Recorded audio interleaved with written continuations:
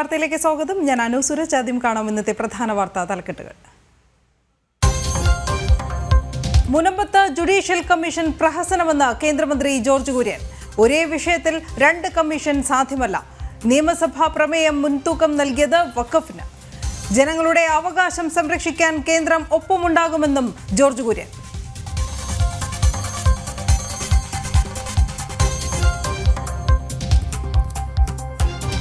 വിജയരാഘവനെ പിന്തുണയ്ക്കുമ്പോഴും മുസ്ലിം ലീഗിനെ തള്ളാതെ എം.വി. ഗോവിന്ദൻ. വിജയരാഘവൻ പറഞ്ഞത് പാർട്ടി നയം. ലീഗ് വർഗീയ കക്ഷിയെന്ന് പറഞ്ഞിട്ടില്ലെന്നും CPM സംസ്ഥാന സെക്രട്ടറി.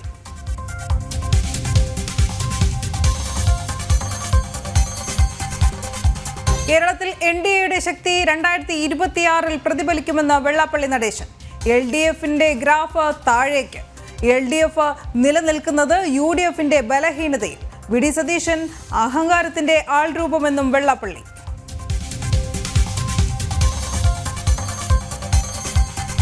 പന്തളം നഗരസഭാ അധ്യക്ഷ സ്ഥാനം നിലനിർത്തി BJP. 19 പേരുടെ പിന്തുണയോടെ അച്ഛൻ കുഞ്ഞ് ജോൺ വിജയിച്ചു. ഒരു സ്വതന്ത്രന്റെ പിന്തുണ BJPക്ക്. വോട്ടെടുപ്പിൽ നിന്ന് വിട്ടുനിന്ന് UDF.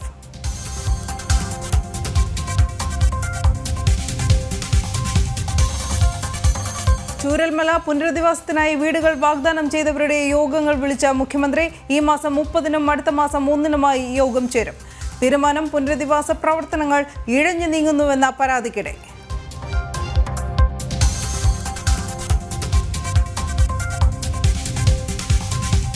തൃശൂർ പൂരം അലങ്കോലമാക്കിയതിൽ തിരുവമ്പാടി ദേവസ്വത്തെ പഴിചാരി പോലീസ് റിപ്പോർട്ട്. പോലീസ് ഇടപെടൽ മറച്ചുവെച്ച് ദേവസ്വം ഭാരവാഹികളെ കുടുക്കാൻ നീക്കം. പൂരം കലക്കിയത് തൽപര കക്ഷികളുടെ താൽപര്യപ്രകാരമെന്നും വിമർശനം. CBI അന്വേഷണം വേണമെന്ന് വി. മുരളീധരൻ.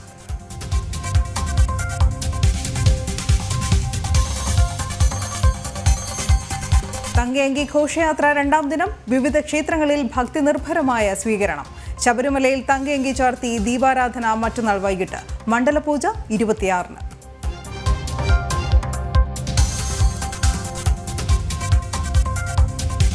ഡൊണാൾഡ് ട്രംപിന്റെ ടീമിലേക്ക് ഒരു ഭാരതീയ വംശജൻ കൂടി. തമിഴ്നാട്ടുകാരൻ ശ്രീറാം കൃഷ്ണനെ ട്രംപ് AI പോളിസി ഉപദേഷ്ടാവായി നിയമിച്ചു.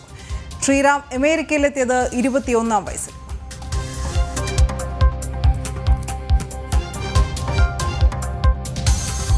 വിശദമായ വാർത്തകളിലേക്ക്. ചൂരൽമല പുനരധിവാസത്തിനായി വീടുകൾ വാഗ്ദാനം ചെയ്തവരുടെ യോഗങ്ങൾ വിളിച്ച മുഖ്യമന്ത്രി. യോഗം വിളിച്ചിരിക്കുന്നത് ഈ മാസം 30-നും അടുത്ത മാസം 1-നുമായി. പുനരധിവാസ പ്രവർത്തനങ്ങൾ ഇഴഞ്ഞു നീങ്ങുന്നുവെന്ന പരാതികൾ വ്യാപകമാകുന്നതിനിടയിലാണ് യോഗം വിളിച്ചിരിക്കുന്നത്. ആർ രാജീവ് വിവരങ്ങളുമായി ചേരുന്നു. രാജീവ്, ഏറെ വിമർശനം സർക്കാർ ഒരുപക്ഷെ നേരിടുകയാണ് ഈ വിഷയത്തിൽ. ചൂരൽമല മുണ്ടക്കൈ നിവാസികൾ പോലും സർക്കാരിനെതിരായി തിരിഞ്ഞൊരു സാഹചര്യമുണ്ട്. ഈ സാഹചര്യത്തിലാണോ മുഖ്യമന്ത്രി നേരിട്ട് യോഗങ്ങൾ വിളിച്ചതും ഈ മാസം 30-ന് തന്നെ അടുത്ത മാസം 1-നുമായി നടത്തണമെന്ന തീരുമാനം വരുന്നത്?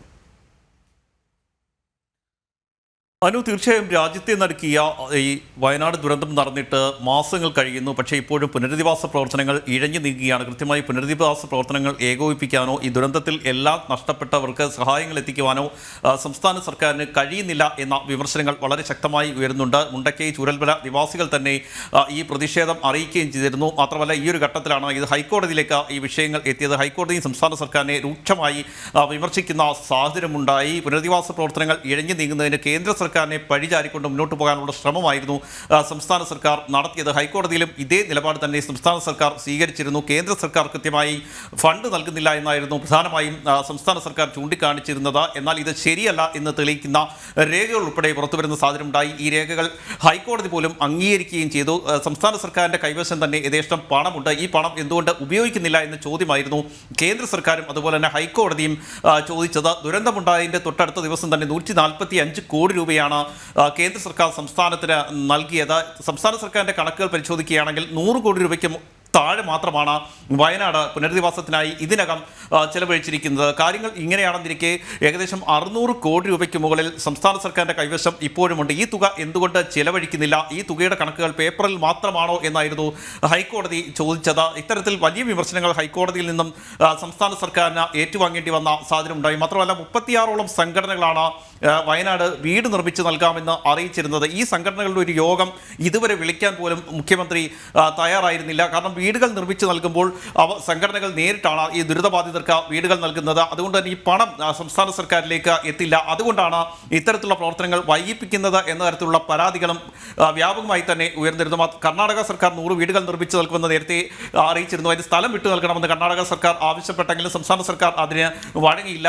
സംസ്ഥാന സർക്കാർ അതിന് അനുമതി നൽകിയില്ല എന്ന വിമർശനം കർണാടക സർക്കാർ മുന്നോട്ട് വെച്ചിരുന്നു. ഏതായാലും 38ഓളം സംഘടനകളാണ് നിലവിൽ വയനാട് വീട് നിർമ്മിച്ച് നൽകാൻ തയ്യാറാണ് എന്ന് അറിയിച്ചിരിക്കുന്നത്. ഇതിനുശേഷം ഏതായാലും ഹൈക്കോടതി ഈ വിഷയത്തിൽ ഇടപെടുകയും വിമർശനങ്ങൾ ശക്തമാക്കുകയും ചെയ്തൊരു സാഹചര്യത്തിലാണ് മുഖ്യമന്ത്രി നേരത്തെ ഈ വകുപ്പ് സെക്രട്ടറിമാരുടെ ഉൾപ്പെടെ യോഗം വിളിച്ചു ചേർക്കുകയും പുനരധിവാസ പ്രവർത്തനങ്ങൾ ഊർജിതമാക്കാനുള്ള ഒരു നിർദ്ദേശം നൽകുകയും ചെയ്തത്. ആ യോഗത്തിലാണ് ഈ വീട് നിർമ്മിച്ച് നൽകാം എന്ന് വാഗ്ദാനം ചെയ്തവരുടെ യോഗം വിളിക്കാനുള്ള തീരുമാനത്തിലേക്ക് എത്തിയിരുന്നത്. ആ യോഗത്തിൻ്റെ തീയതിയാണ് ഇപ്പോൾ തീരുമാനമായിരിക്കുന്നത്. അതിൽ പ്രകാരം ഈ മാസം 30-ന് ആദ്യ യോഗം ചേരും. 2 ഘട്ടമായിട്ടാണ് യോഗം ചേരുന്നത്. അതിൽ ഈ മാസം 30-നാണ് ആദ്യ യോഗം ചേരുക. അതിനുശേഷം അടുത്ത മാസം 1-ന് അടുത്ത യോഗം ചേരാനുള്ള തീരുമാനത്തിലേക്ക് എത്തിയിരിക്കുന്നു. ഹൈക്കോടതി ഈ വിഷയത്തിൽ കൂടുതൽ നിലപാട് ഘടിപ്പിക്കാനുള്ള സാധ്യത നിലനിൽക്കുന്നുണ്ട്. കൃത്യമായ കണക്കുകൾ നൽകണമെന്ന് ഹൈക്കോടതിയും ആവശ്യപ്പെട്ടിരുന്നു. ഈ ഒരു പശ്ചാത്തലത്തിൽ കൂടിയാണ് ഈ 38 സംഘടനകളുടെ യോഗം വിളിച്ചു ചേർത്തുകൊണ്ട് ഈ പുനരധിവാസ പ്രവർത്തനങ്ങളുമായി മുന്നോട്ട് പോകാനുള്ള തീരുമാനത്തിലേക്ക് സംസ്ഥാന സർക്കാർ എത്തിയിരിക്കുന്നത്. ഇതിന്റെ ഭാഗമായാണ് ആദ്യ യോഗം ഈ മാസം 30-നും തൊട്ടടുത്ത യോഗം അടുത്ത മാസം 1-നുമായി വിളിച്ചു ചേർത്തിരിക്കുന്നത്. ഈ പുനരധിവാസ പ്രവർത്തനങ്ങളിൽ ഇവർ എങ്ങനെ പങ്കാളിയാവും, വീടുകൾ നിർമ്മിച്ചു നൽകുന്നത് ഏത് തരത്തിലാകും എന്ന കാര്യത്തിൽ ഉൾപ്പെടെ ഈ യോഗത്തിൽ തീരുമാനമാകും എന്ന് തന്നെയാണ് നമുക്ക് മനസ്സിലാക്കാൻ കഴിയുന്നത്. മുഖ്യമന്ത്രി ഓൺലൈനായാണ് ഈ 2 ദിവസങ്ങളിലും യോഗം വിളിച്ചിരിക്കുന്നത്. അനു. ശരി രാജ. CPM വയനാട് ജില്ലാ സെക്രട്ടറി സ്ഥാനത്തേക്ക് മത്സരം. ജില്ലാ സെക്രട്ടറി ഗഗാറിനെ മാറ്റി കെ റഫീഖാകും പുതിയ ജില്ലാ സെക്രട്ടറി. 27-അംഗ കമ്മിറ്റിയിൽ 16 പേരാണ് റഫീഖിനെ പിന്തുണച്ചത്. അർജുൻ PS വിവരങ്ങളുമായി ചേരുന്നു. അർജുൻ, ഈ മത്സരം നടന്നതുപോലും ഏത് സാഹചര്യത്തിൽ? അനു, തീർച്ചയായും ഈ മത്സരം നടക്കുമ്പോൾ തന്നെ വലിയ രീതിയിലുള്ള ഒരു പ്രതിഷേധം അല്ലെങ്കിൽ അത്തരത്തിലുള്ള അസ്വാരസ്യം 2 കൂട്ടർക്കിടയിലും ഉണ്ടായിരുന്നു. അതായത് ഇത്തരത്തിൽ ഒരു ചെറുപ്പക്കാരനാണ് റഫീഖ് എന്ന് പറയുന്നത്. അതിൽ മുതിർന്ന നേതാക്കൾ ഇപ്പോഴും CPM-ലുണ്ട്, വയനാട്ടിലുണ്ട്. അവരെയൊക്കെ മറികടന്നാണ് ഇപ്പൊ റഫീഖിനെ ഇത്തരത്തിൽ ജില്ലാ സെക്രട്ടറി സ്ഥാനത്തേക്ക് ഉയർത്തിയത്. നിലവിൽ DYFIയുടെ ജില്ലാ സെക്രട്ടറിയാണ് റഫീഖ്. അപ്പൊ എങ്ങനെയാണ് ഇനി CPM-ലേക്ക് പെട്ടെന്ന് തന്നെ ഇദ്ദേഹത്തെ തെരഞ്ഞെടുത്തത് എന്നുള്ള ഒരു ചോദ്യമാണ് വരും ദിവസങ്ങളിൽ ഉണ്ടാവുക. ഗഗാറിൻ നമുക്കറിയാം സീനിയർ ആയിട്ടുള്ള നേതാവാണ്, വയനാട്ടിലെ തന്നെ സീനിയർ മോസ്റ്റുള്ള നേതാവാണ്. അതുപോലെ ഗഗാറിൻ, അതുപോലെ തന്നെ ശശിയേട്ടൻ, ഇങ്ങനെയുള്ള പിശിച്ച് തുടങ്ങിയുള്ള ആളുകൾ അടക്കമുള്ളിടത്താണ് ഇത്തരത്തിൽ ഇദ്ദേഹത്തെ ഈ ഒരു റഫീഖിനെ ഇത്തരത്തിൽ ഈ ഒരു ജില്ലാ സെക്രട്ടറി സ്ഥാനത്തേക്ക് നിയമിച്ചിട്ടുള്ളത് എന്ന് വേണം നമുക്ക് മനസ്സിലാക്കുവാൻ. അതിൽ തന്നെ 27 പേരുള്ള അംഗത്തിൽ 16 പേരും ഈ റഫീഖിനാണ് പിന്തുണ നൽകിയത്. അങ്ങനെയെങ്കിൽ അത് വലിയ രീതിയിലുള്ള അമർഷത്തിന് വരും ദിവസങ്ങളിൽ കാരണമാകുമെന്ന് വേണം നമുക്ക് മനസ്സിലാക്കാൻ. മാത്രമല്ല ഇപ്പോൾ തന്നെ വലിയ രീതിയിലുള്ള ഒരു വിഭാഗീയത CPM-ൽ ഉണ്ടായിട്ടുണ്ട് എന്നുള്ളത് വേണം നമുക്ക് മനസ്സിലാക്കാൻ. പലരും വലിയ രീതിയിലുള്ള പ്രതിഷേധം പരസ്യമായും രഹസ്യമായും തന്നെ ഇപ്പോൾ ആ പ്രതിഷേധം അറിയിക്കുന്ന ഒരു കാഴ്ചയാണ് നമുക്ക് കാണുവാൻ സാധിക്കുന്നത്. പ്രതിനിധി സമ്മേളനങ്ങളടക്കം ഇപ്പോൾ കഴിഞ്ഞിരുന്നു. അതിനു മുമ്പ് തന്നെ വലിയ വിമർശനങ്ങൾ ഏറ്റുവാങ്ങേണ്ടി വന്ന സമ്മേളനങ്ങളായിരുന്നു ഇപ്പോൾ കഴിഞ്ഞിരുന്നത്. അതായത് വിജയരാഘവൻ അടക്കമുള്ളവർ ഒരു വിവാദ പ്രസംഗത്തിലൂടെ വലിയ രീതിയിൽ ഒരു ശ്രദ്ധ ഈ CPM-ന്റെ ഈ വയനാട് ജില്ലാ സമ്മേളനം മാറുന്ന ഒരു ജില്ലാ സമ്മേളനം മാറുന്ന ഒരു സാഹചര്യം ഉണ്ടായിരുന്നു. തുടർന്നാണ് അവസാനം ഇത്തരത്തിൽ ഈ ഗഗാറിനെ അടക്കം മാറ്റിക്കൊണ്ട് ഇത്തരത്തിൽ പുതിയൊരാളെ ഇവിടേക്ക് കൊണ്ടുവരികയും അതുപോലെ തന്നെ CPM-ന്റെ ജില്ലാ സെക്രട്ടറി സ്ഥാനത്തേക്ക് ഇത്തരത്തിലുള്ള റഫീഖിനെ കൊണ്ടുവരുന്ന ഒരു സാഹചര്യം ഉണ്ടായത്. എന്തിനാൽ തന്നെയും സീനിയർ ആയിട്ടുള്ള ആളുകൾ ഒക്കെ നിൽക്കുമ്പോഴാണ് ഇത്തരത്തിൽ DYFIയുടെ ചുമതലയുള്ള ഒരു വ്യക്തിയെ ഇത്തരത്തിൽ CPM-ലേക്ക് സെക്രട്ടറി ആയിട്ട് കൊണ്ടുവരുന്നത്. അനു. ശരി അർജുൻ. അർജുൻ, അതോടൊപ്പം തന്നെ ഈ മത്സരം എന്ന വാർത്ത മാധ്യമങ്ങൾ നൽകുമ്പോഴും ഇത് നിരസിച്ചുകൊണ്ട് ജില്ലാ നേതൃത്വം രംഗത്തെത്തുന്ന ഒരു കാഴ്ചയുണ്ടായിരുന്നു. ആ സാഹചര്യം കൂടി വ്യക്തമാക്കാമോ?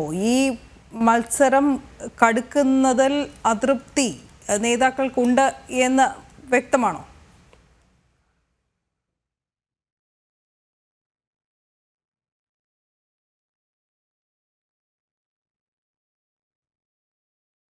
അർജുനിലേക്ക് മടങ്ങിയെത്താം.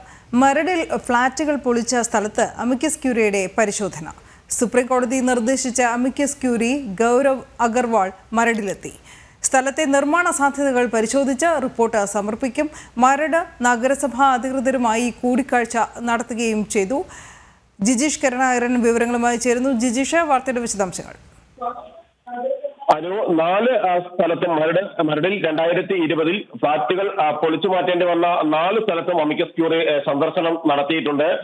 ഇനി എത്രത്തോളം നിർമ്മാണം അനുവദിക്കാം എന്നത് സംബന്ധിച്ച് തന്നെയാണ് പ്രധാനമായും അമിക്കസ് ക്യൂറി പരിശോധന നടത്തുന്നത്. പുതിയ നിർമ്മാണങ്ങൾ അവിടെ അനുവദിക്കാൻ കഴിയുമോ, നിലവിൽ ഉള്ള സ്ഥലത്ത് എത്രമാത്രം അനുവദനീയമാണ്, ഇനിയുള്ള നിർമ്മാണങ്ങൾ തുടങ്ങിയ കാര്യങ്ങളാണ് പ്രധാനമായും പരിശോധിക്കാൻ സുപ്രീം കോടതി നിർദ്ദേശിച്ചിരുന്നത്. ഇതിന്റെ അടിസ്ഥാനത്തിലാണ് അമിക്കസ് ക്യൂറി ഇന്ന് മരടിൽ എത്തിയതും മരട് നഗരസഭ അധികൃതർ, ജില്ലാ ഭരണകൂടം ഉൾപ്പെടെയുള്ള വിവിധ ഉദ്യോഗസ്ഥരുമായി എല്ലാം തന്നെ ഇതുമായി ബന്ധപ്പെട്ട ചർച്ചകൾ, വിശദമായി തന്നെയുള്ള ചർച്ചകൾ നടത്തുകയും ചെയ്തത്.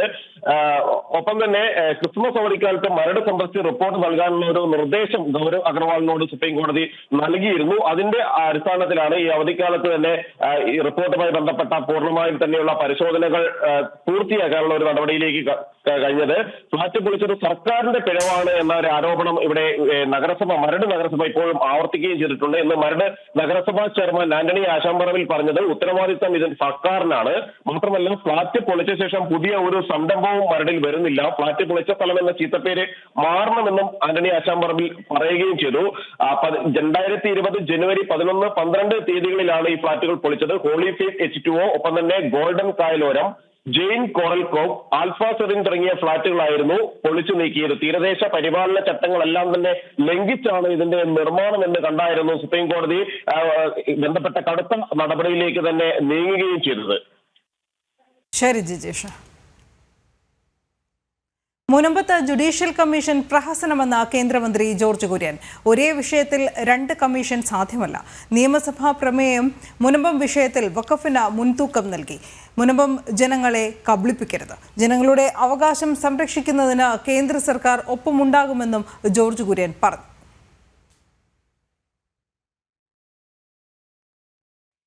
വിജയരാഘവനെ ന്യായീകരിച്ച് CPM. വിജയരാഘവൻ പറഞ്ഞത് പാർട്ടി നയമെന്ന് CPM സംസ്ഥാന സെക്രട്ടറി MV ഗോവിന്ദൻ.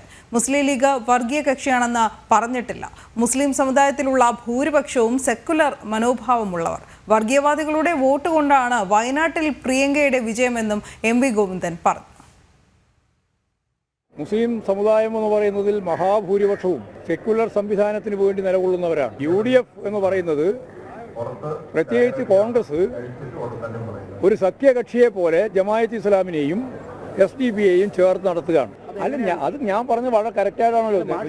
വിജയരാഘവൻ പറഞ്ഞത് തന്നെയാണ്. പാർലമെന്റ് തെരഞ്ഞെടുപ്പ് കഴിഞ്ഞപ്പോൾ ഞങ്ങൾ വളരെ വ്യക്തമായിട്ട് പറഞ്ഞു, ഭൂരിപക്ഷ വർഗീയതയും ന്യൂനപക്ഷ വർഗീയതയും രണ്ടും ഇടതുപക്ഷ ജനാധിപത്യ മുന്നണിക്കെതിരായിട്ട് അതിശക്തിയായിട്ട് പ്രവർത്തിച്ചിട്ടുണ്ട്.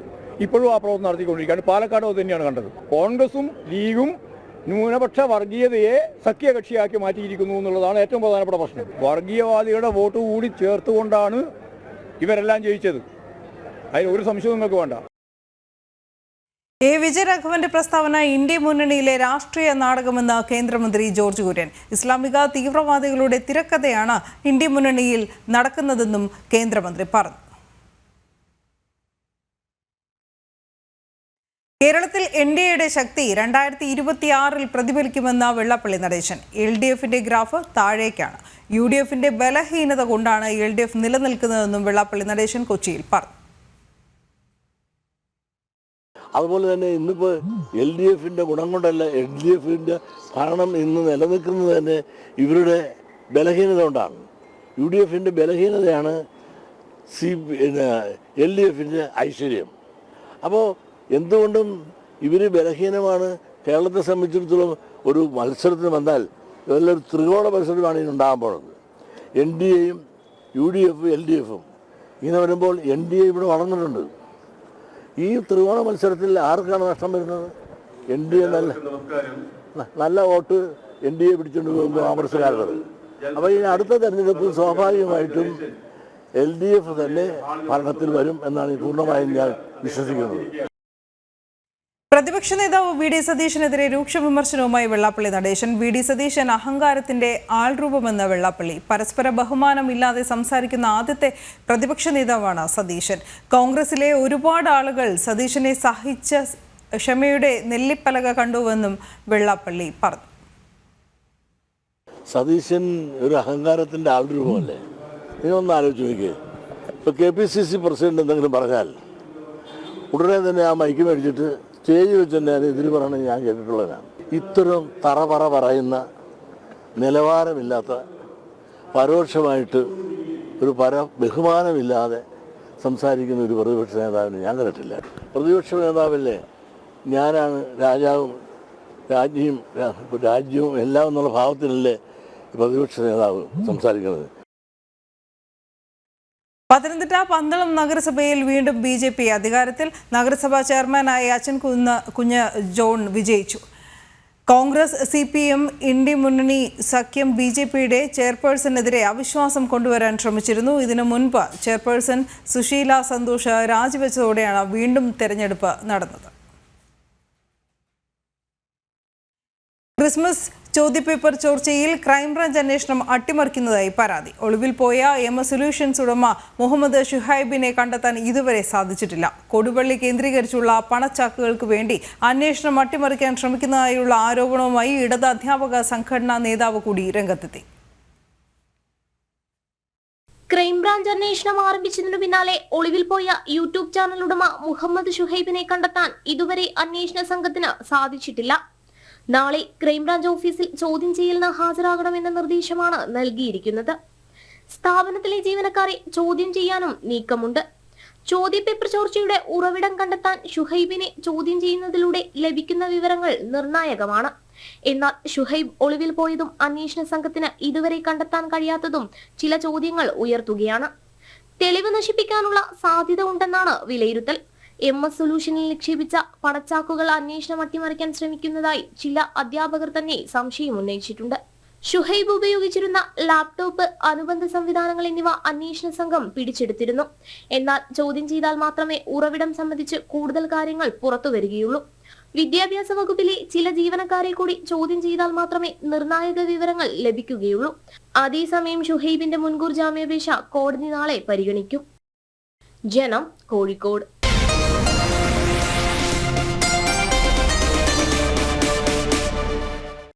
ശരണമെൻ്റയ്യപ്പ. പവർഡ് ബൈ അഴകുള്ള മുടിക്ക് വേണം total care from AVA Kottakkal Ayurveda. ശരിയായ ആയുർവേദം, ശരിയായ ഫലപ്രാപ്തി. പവർഡ് ബൈ ഇനി എന്നും നിങ്ങളുടെ പ്രഭാത ഭക്ഷണം BKD സ്റ്റീം പുട്ടുപൊടി, rich and soft. Bharat Lajna multi state housing cooperative society limited, Kerala, Tamil Nadu and Pondicherry. Gold, diamond, Gems.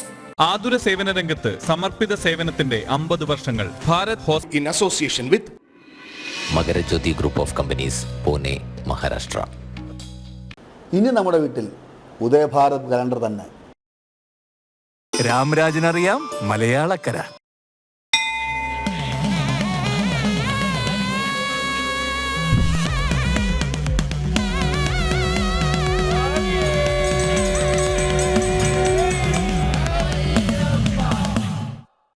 മണ്ഡലപൂജയ്ക്ക് അയ്യപ്പസ്വാമിക്ക് ചാർത്തുന്നതിനുള്ള തങ്കയങ്കിയും വഹിച്ചുള്ള ഘോഷയാത്രയുടെ 2ാം ദിവസത്തെ പ്രയാണം ഓമല്ലൂർ രക്തകണ്ഠ സ്വാമി ക്ഷേത്രത്തിൽ നിന്നും ആരംഭിച്ചു. വിവിധ ക്ഷേത്രങ്ങളിൽ സ്വീകരണങ്ങൾ ഏറ്റുവാങ്ങി കോന്നി മുരിങ്ങമംഗലം ക്ഷേത്രത്തിൽ ഇന്നത്തെ പ്രയാണം അവസാനിക്കും.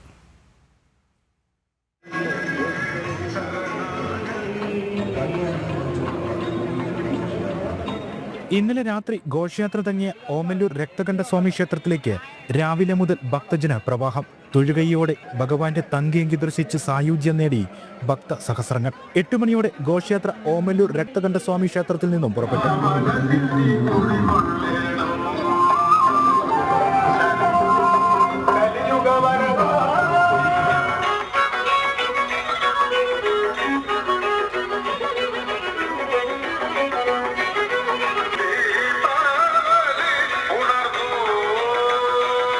നിറപറയും നിലവിളക്കും വാദ്യമേളങ്ങളും ഒരുക്കി പ്രയാണ വീഥികളിൽ ഘോഷയാത്രയെ വരവേറ്റ് ഭക്തജനങ്ങൾ.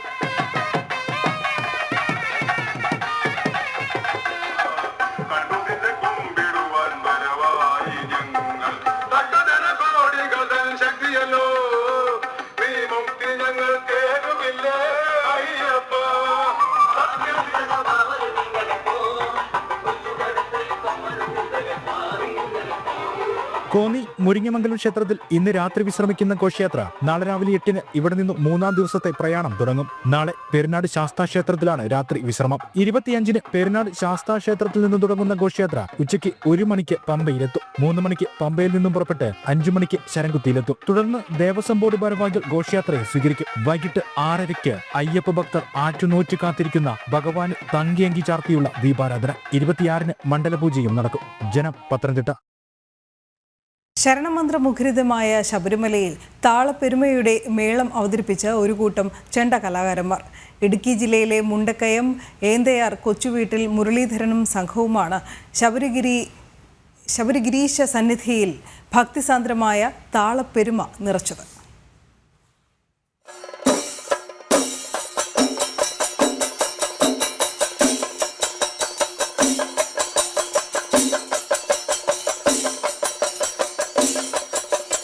ചെമ്പടയിൽ കൊട്ടിത്തുടങ്ങി പഞ്ചാരിയുടെ താളപ്പെരുമഴ.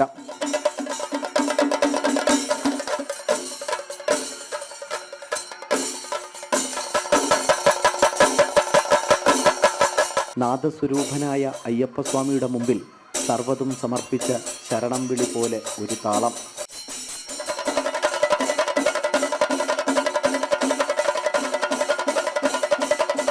എല്ലാ മണ്ഡലകാലത്തും മണ്ഡലപൂജയ്ക്ക് മുന്നോടിയായ കർപ്പൂരാഴിക്ക് താളം കൊട്ടാനാണ് ഇടുക്കിയുടെ മലയിറങ്ങി ശബരിപീഠത്തേക്ക് ഈ കലാകാരന്മാർ എത്തുന്നത്. ഇത് മഹാഭാഗ്യമെന്നും കലാകാരന്മാർ പറയുന്നു. പഞ്ചാരി 3, 4, 5 ഞങ്ങളിപ്പോൾ കൊട്ടി കയറി വരുന്നത്. പിന്നെ ചെമ്പട കൊട്ടി തുടങ്ങി പഞ്ചാരി 3, 4, 5 പിന്നെ അവസാനം കൊട്ടിയത് ഗരുഡ മേളവും കൂടെ കൊട്ടി. ഭാഗ്യം എന്ന് പറഞ്ഞാൽ ഞങ്ങൾക്കെല്ലാം ഒരു ഭാഗ്യമല്ലേ. എല്ലാ വർഷവും കിട്ടുക എന്ന് പറഞ്ഞാൽ ഞങ്ങളുടെ ഏറ്റവും വലിയ ഭാഗ്യമാണ്. ഞങ്ങളുടെ എല്ലാവരും ഞങ്ങളുടെ ടീമിൻ്റെ തന്നെ ഭാഗ്യമാണ്. ഞങ്ങൾ 2 കെട്ടുണ്ടായിരുന്നു ഇപ്രാവശ്യം. എല്ലാ വർഷവും ഓരോരുത്തരും കെട്ട് കാണും. അങ്ങനെ കെട്ട് ഞങ്ങൾ പോരും. സാധാരണ ഞങ്ങൾ കാരണവാദ വഴി മുക്കുഴി കാളുകെട്ടിയൊക്കെ നടന്നാണ് ഞങ്ങൾ വരാറുള്ളത്. ഈ വർഷം പിന്നെ നേരിട്ട് സമയമില്ലാത്തതുകൊണ്ട് നേരിട്ട് ഞങ്ങളെല്ലാം വന്ന് ഇന്നലെ വന്ന് പമ്പയിൽ സ്റ്റേ ചെയ്തു. പിന്നെ ഇന്നലെ വൈകിട്ട് പമ്പയിലൊരു മേളം നടത്തി. അത് കഴിഞ്ഞ് ഇന്ന് രാവിലെ അവിടെ 9 മണിയായപ്പോൾ കയറി പോന്നു. ഇപ്പോൾ ഞങ്ങൾ ഇവിടെ എത്തി. അടുത്ത മണ്ഡലകാലത്ത് അയ്യനു മുമ്പിൽ ചെണ്ട കൊട്ടാനുള്ള അനുഗ്രഹം തേടിയാണവർ തത്വമസിപ്പൊരുളായ അയ്യനു മുമ്പിൽ തൊഴുതുമടങ്ങിയത്. ക്യാമറമാൻ അനീഷ് കാട്ടാക്കടയ്ക്കൊപ്പം അഖിൽ പാലൂട്ടുമഠം, ജനം, സന്നിധാനം. തൃശൂർ പൂരം അലങ്കോലമായ സംഭവത്തിൽ പോലീസ് ഇടപെടൽ മറച്ചുവെച്ച് തിരുവമ്പാടി ദേവസ്വത്തെ പഴിചാരി പോലീസ് റിപ്പോർട്ട്. തിരുവമ്പാടി ദേവസ്വം ഭാരവാഹികളായ സുന്ദർ മേനൻ, ഗിരീഷ്, വിജയമേനൻ, ഉണ്ണികൃഷ്ണൻ, രവി എന്നിവർക്കെതിരെയാണ് റിപ്പോർട്ട്. റിപ്പോർട്ടിന്റെ പകർപ്പ് ജനം ടിവിക്ക്. തൃശൂർ പൂരം അലങ്കോലമായ സംഭവത്തിൽ തിരുവമ്പാടി ദേവസ്വത്തെ പഴിചാരുന്നതാണ് MR അജിത് കുമാറിന്റെ റിപ്പോർട്ട്. ദേവസ്വത്തിലെ ചിലർ ഗൂഢാലോചന നടത്തിയെന്നും പൂരനാളിൽ ബോധപൂർവം പ്രശ്നങ്ങൾ സൃഷ്ടിച്ചെന്നുമാണ് റിപ്പോർട്ട്. ഏതോ സ്ഥാപിത താൽപര്യങ്ങൾക്ക് വേണ്ടി തിരുവമ്പാടി ദേവസ്വം പ്രവർത്തിച്ചു. ദേവസ്വം ഭാരവാഹികളായ സുന്ദർ മേനോൻ, ഗിരീഷ്, വിജയമേനോൻ, ഉണ്ണികൃഷ്ണൻ, രവി എന്നിവർക്കെതിരെയാണ് റിപ്പോർട്ട്. എന്നാൽ പോലീസിന്റെ വീഴ്ചകൾ സംബന്ധിച്ച് റിപ്പോർട്ടിൽ പരാമർശങ്ങളൊന്നുമില്ല. പോലീസിലെ ഉന്നത ഉദ്യോഗസ്ഥർക്കടക്കം ഗുരുതര വീഴ്ച സംഭവിച്ചിട്ടും ഇതെല്ലാം റിപ്പോർട്ടിൽ മറയ്ക്കുന്നു. പോലീസ് പൂരം തടയുകയോ ആചാരലംഘനം നടത്തുകയോ പൂരത്തിനൊപ്പമുള്ള കമ്മിറ്റിക്കാർ ഉൾപ്പെടെയുള്ള ആളുകളെ തടയുകയോ ചെയ്തിട്ടില്ല. അപകടങ്ങളൊന്നുമില്ലാതെ ആചാരങ്ങളെല്ലാം പാലിച്ചുകൊണ്ട് സുഗമമായി നടത്താനുള്ള സൗകര്യം ഒരുക്കുകയാണ് പോലീസ് ചെയ്തത്. തിരുവമ്പാടി ദേവസ്വം പൂരത്തിന് 1 മാസം മുൻപ് യോഗം ചേർന്ന് പൂരം കലക്കാൻ പദ്ധതി തയ്യാറാക്കിയെന്ന് റിപ്പോർട്ടിൽ പറയുന്നു. അങ്ങനെയെങ്കിൽ പോലീസ് ഇന്റലിജൻസ് സംവിധാനം ശക്തമായെടുത്ത് എന്തുകൊണ്ട് മുൻകരുതൽ സ്വീകരിച്ചില്ലെന്നാണ് ഉയർന്ന ചോദ്യം. പോലീസിന്റെ ഗുരുതര വീഴ്ച സംബന്ധിച്ച് വ്യാപക വിമർശനം ഉയർന്ന സാഹചര്യത്തിലാണ് 6 മാസങ്ങൾക്ക് ശേഷം MR അജിത് കുമാർ റിപ്പോർട്ട് സംസ്ഥാന പോലീസ് മേധാവിക്ക് കൈമാറിയത്. ഈ റിപ്പോർട്ട് DGP തള്ളിയിരുന്നു. പിന്നാലെയാണ് ത്രിതല അന്വേഷണം പ്രഖ്യാപിച്ചത്. ജനം, തിരുവനന്തപുരം. തൃശൂർ പൂരം കലക്കിയ സംഭവത്തിലെ കേസന്വേഷണം CBIക്ക് വിടണമെന്ന് തിരുവമ്പാടി ദേവസ്വം. അന്വേഷണം വ്യക്തി കേന്ദ്രീകൃതമായി അവസാനിപ്പിക്കാനുള്ള ശ്രമമാണ് നടക്കുന്നതെന്നും തിരുവമ്പാടി ദേവസ്വം സെക്രട്ടറി K ഗിരീഷ് കുമാർ പറഞ്ഞു. തൃശൂർ പൂരം കലക്കിയത് തിരുവമ്പാടി ദേവസ്വമാണെന്ന് ADGPയുടെ റിപ്പോർട്ട് പുറത്തുവന്നതിനെ തുടർന്നായിരുന്നു തിരുവമ്പാടി ദേവസ്വത്തിന്റെ പ്രതികരണം. റിപ്പോർട്ടിലുള്ളത് ADGP അജിത് കുമാറിന്റെ നിരീക്ഷണങ്ങൾ മാത്രമാണെന്നായിരുന്നു തിരുവമ്പാടിയുടെ പ്രതികരണം. തിരുവമ്പാടി ദേവസ്വത്തിന്റെ കുറച്ചാളുകൾ മാത്രം വിചാരിച്ചാൽ പൂരം കലക്കാൻ സാധിക്കില്ല. പ്രശ്നങ്ങൾ നടക്കുമ്പോൾ ADGPയും 3500-ൽ പരം പോലീസുകാരും അവിടെ ഉണ്ടായിരുന്നു. മാസങ്ങൾക്ക് മുൻപേ കൂടിയാലോചനകൾ നടത്തിയിട്ടും പൂരവുമായി ബന്ധപ്പെട്ട പ്രശ്നങ്ങൾ ഉണ്ടായത് പോലീസിന്റെ ദയനീയ പരാജയമാണെന്നും ഗിരീഷ് കുമാർ പറഞ്ഞു. കേസ് CBIക്ക് വിടണമെന്നും ഗിരീഷ് കുമാർ ആവശ്യപ്പെട്ടു. ഇതിന്റെ കാരണം ഈ ദേവസ്വങ്ങളുടെ മുകളിൽ പഴിചാരുന്നത് തെറ്റായ രീതിയാണ് എന്ന് കണ്ടതിന് ശേഷമാണ് മുഖ്യമന്ത്രി ഇത്തരത്തിലുള്ള ത്രിതലത്തിലുള്ള ഈ അന്വേഷണം വെച്ചത്. ആ അന്വേഷണം നടക്കുന്നുണ്ട്. ഇത് അജിത് കുമാർ സാറിൻ്റെ വേർഷനാണ്. ഇത് ഇവിടെ 2023 കാര്യങ്ങൾ 2024 പൂരത്തിന് ഉണ്ടാവാൻ പാടില്ല എന്ന് വ്യക്തമായി പറഞ്ഞിട്ട് പല മീറ്റിങ്ങുകളും കൂടിയിട്ടുള്ളതാണ്. നമ്മൾ അതിൻ്റെ മിനിറ്റ്സുകളുടെ എല്ലാ രേഖകളും ഉണ്ട്. ആ രേഖകളൊക്കെ അടക്കം വെച്ച് സംസാരിച്ചിട്ട് 2024 വീണ്ടും പോലീസ് അതിൽ നിന്നും ആ തീരുമാനങ്ങളിൽ നിന്നും വയലേറ്റ് ചെയ്ത് 2023 ചെയ്ത അതേ നടപടികൾ തന്നെ 2024 ചെയ്യുകയാണ് ഉണ്ടായത്. അതിനെയാണ് എതിർത്തത്. ഇനി ഇത് CBIക്ക് വിടണം. ആരാണ് തെറ്റ് ചെയ്തത്, ആരാണ് ശരി ചെയ്തത് എന്നുള്ളത് CBI അന്വേഷിക്കട്ടെ. എന്ത് നിയമ നടപടികൾക്കും തിരുവമ്പാടി ദേവസ്വം തയ്യാറാണ്. സംസ്ഥാന സർക്കാർ പ്രഖ്യാപിച്ച ത്രിതല അന്വേഷണത്തിന്റെ ഭാഗമായി 2 തവണ തിരുവമ്പാടി ദേവസ്വത്തിന്റെ മൊഴിയെടുത്തിരുന്നു. ജനം, തൃശൂർ. തൃശൂർ പൂരം കലക്കലിൽ CBI അന്വേഷണം വേണമെന്ന മുൻ കേന്ദ്രമന്ത്രി വി മുരളീധരൻ. ഹൈന്ദവ സമൂഹത്തെ അധിക്ഷേപിക്കുന്നത് മുഖ്യമന്ത്രി അവസാനിപ്പിക്കണമെന്നും മുരളീധരൻ ഡൽഹിയിൽ ആവശ്യപ്പെട്ടു. തൃശൂർ പൂരം അലങ്കോലമായതിനെ സംബന്ധിച്ച് ഹിന്ദു സമൂഹത്തെ ആക്ഷേപിക്കാനുള്ള നീക്കം നടത്തുന്ന ഈ ഒരു നിലപാട് അങ്ങേയറ്റം ആക്ഷേപകരമാണ്, അപലപനീയമാണ്. ബഹുമാന്യനായിട്ടുള്ള മുഖ്യമന്ത്രി ഇനിയെങ്കിലും ഈ തരത്തിലുള്ള ഹിന്ദു സമൂഹത്തെ അവഹേളിക്കാനുള്ള നീക്കങ്ങളിൽ നിന്ന് പിന്തിരിയണം. അതുകൊണ്ട് ഈ കാര്യത്തിൽ തിരുവമ്പാടി ദേവസ്വം ആവശ്യപ്പെട്ടിട്ടുള്ള CBI അന്വേഷണം, അങ്ങനെ ഒരു CBI അന്വേഷണത്തിലൂടെ മാത്രമേ യഥാർത്ഥ വസ്തുതകൾ പുറത്തു വരുള്ളൂ. രാജ്യാന്തരം.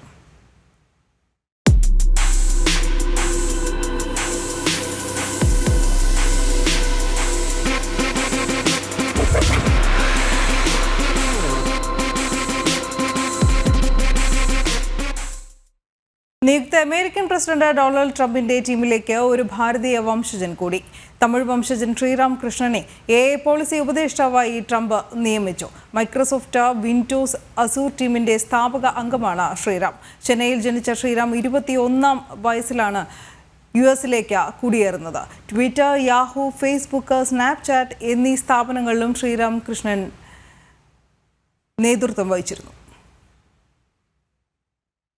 തെക്കൻ ബ്രസീലിലെ വിനോദസഞ്ചാര നഗരമായ ഗ്രാമഡോയിൽ ചെറുവിമാനം തകർന്ന് 10 മരണം. വിമാനം നിരവധി കെട്ടിടങ്ങളുമായി കൂട്ടിയിടിക്കുകയും ചെയ്തു. അപകടത്തിൽ 17 പേർക്ക് പരിക്കേറ്റു.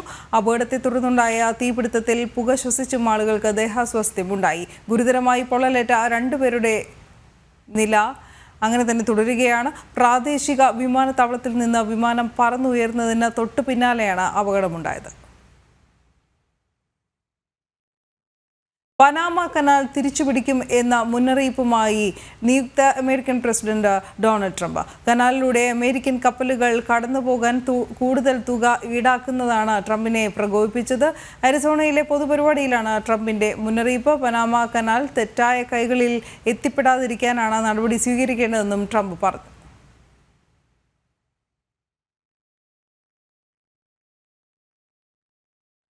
തായ്വാന് സൈനിക സഹായം നൽകാനുള്ള തീരുമാനത്തിൽ അമേരിക്കയ്ക്ക് മുന്നറിയിപ്പുമായി ചൈന.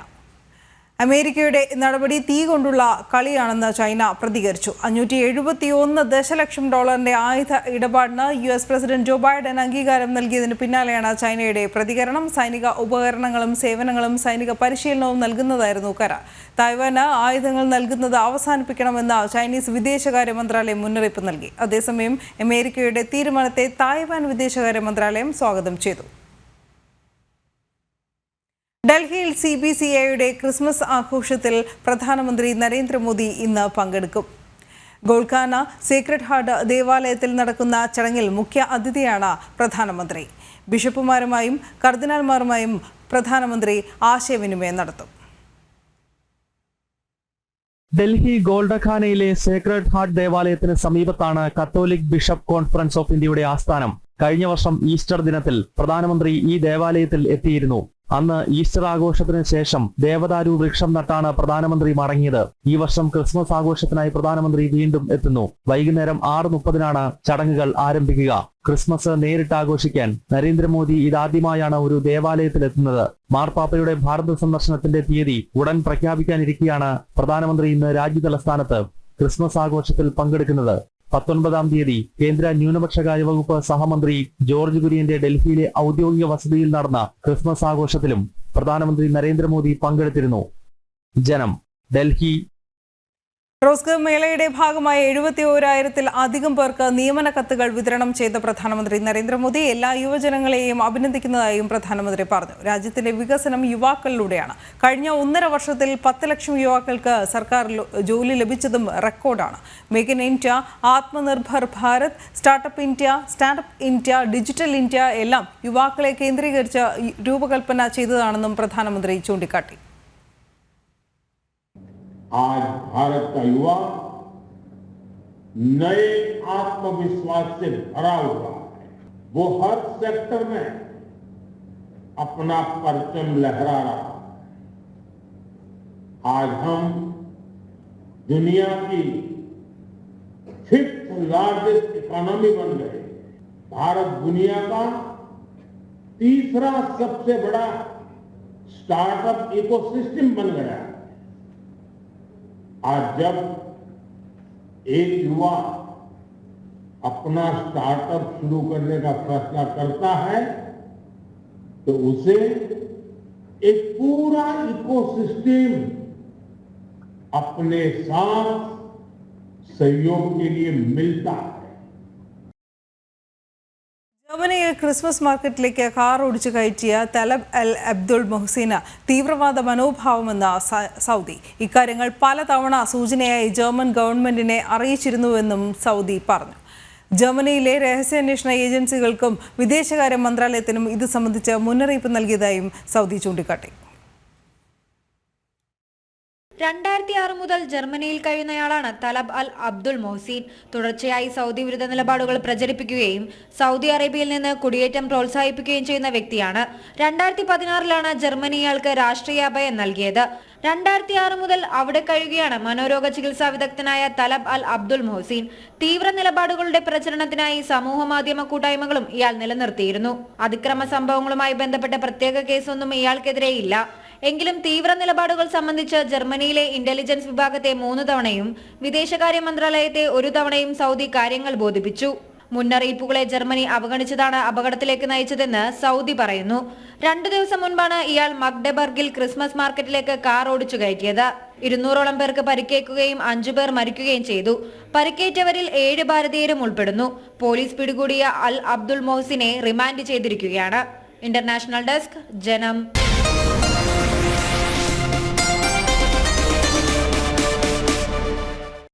തമിഴ്നാട് തിരുനെൽവേലിയിൽ കേരളം ആശുപത്രി മാലിന്യം തള്ളിയ സംഭവത്തിൽ ഹൈക്കോടതി നടപടി. തദ്ദേശ വകുപ്പ് സെക്രട്ടറി റിപ്പോർട്ട് സമർപ്പിക്കണം. പ്രത്യേക സിറ്റിംഗ് നടത്തിയാണ് ഹൈക്കോടതി ഇടപെടൽ. എറണാകുളം പൊന്നുരുന്നി അങ്കനവാടിയിൽ കുഞ്ഞുങ്ങൾക്ക് ഭക്ഷ്യവിഷബാധയേറ്റ സംഭവത്തിൽ കൊച്ചി കോർപ്പറേഷൻ സെക്രട്ടറിയും റിപ്പോർട്ട് സമർപ്പിക്കാനും കോടതിയുടെ നിർദ്ദേശം.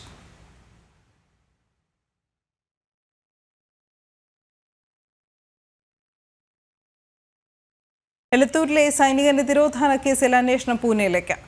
അന്വേഷണ സംഘം പൂനെയിലെത്തിയതായി മന്ത്രി AK ശശീന്ദ്രൻ പറഞ്ഞു. സിറ്റി പോലീസ് കമ്മീഷണറുടെ നേതൃത്വത്തിലുള്ള സംഘം അന്വേഷണം നടത്തും. ജമ്മുവിലെ പൂനെയിലെയും ഉന്നതരുമായി ചർച്ച നടത്തിയെന്നും മന്ത്രി പറഞ്ഞു. വളരെ കാര്യക്ഷമമായ നടപടികളാണ് ഈ കാര്യത്തിൽ പോലീസ് സ്വീകരിച്ചിട്ടുള്ളത്.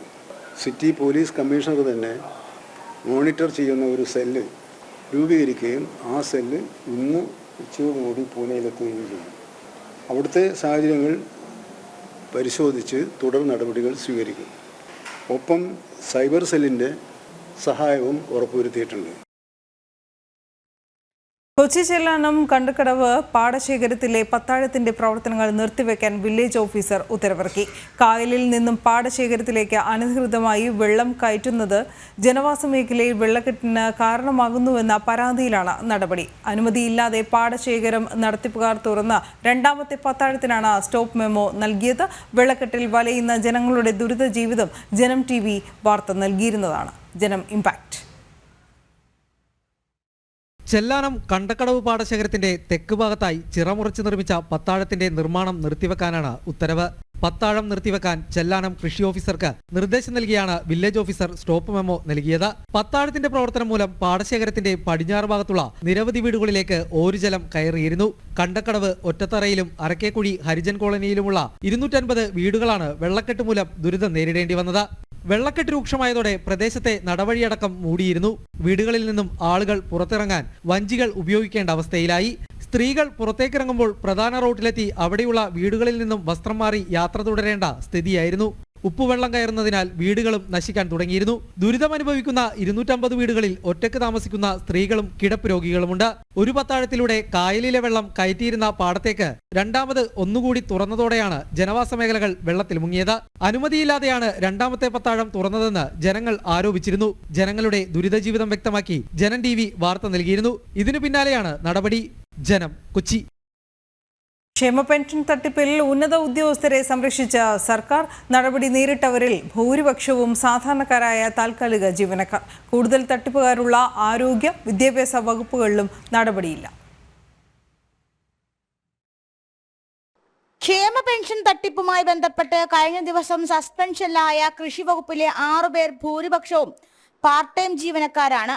മൃഗസംരക്ഷണ വകുപ്പിലെ 72 പേർക്കെതിരെയും പൊതുഭരണ വകുപ്പിലെ 6 പേർക്കെതിരെയും നടപടിക്കും ശുപാർശ ചെയ്തിട്ടുണ്ട്.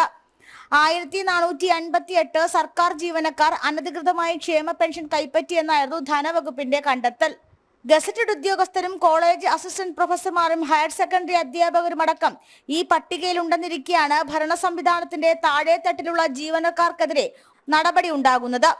ആരോഗ്യ വകുപ്പിലാണ് ഏറ്റവും കൂടുതൽ പേർ ക്ഷേമ പെൻഷൻ വാങ്ങുന്നവർ ഉള്ളത്. പൊതുവിദ്യാഭ്യാസ വകുപ്പാണ് 2ാം സ്ഥാനത്ത്.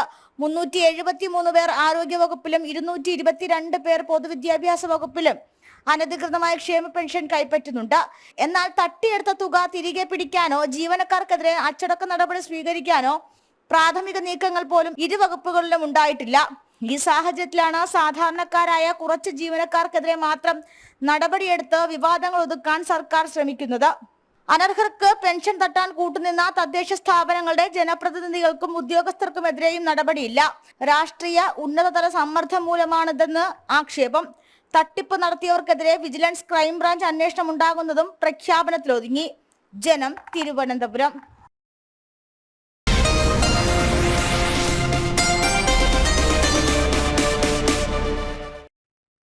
വഖഫ് അധിനിവേശം.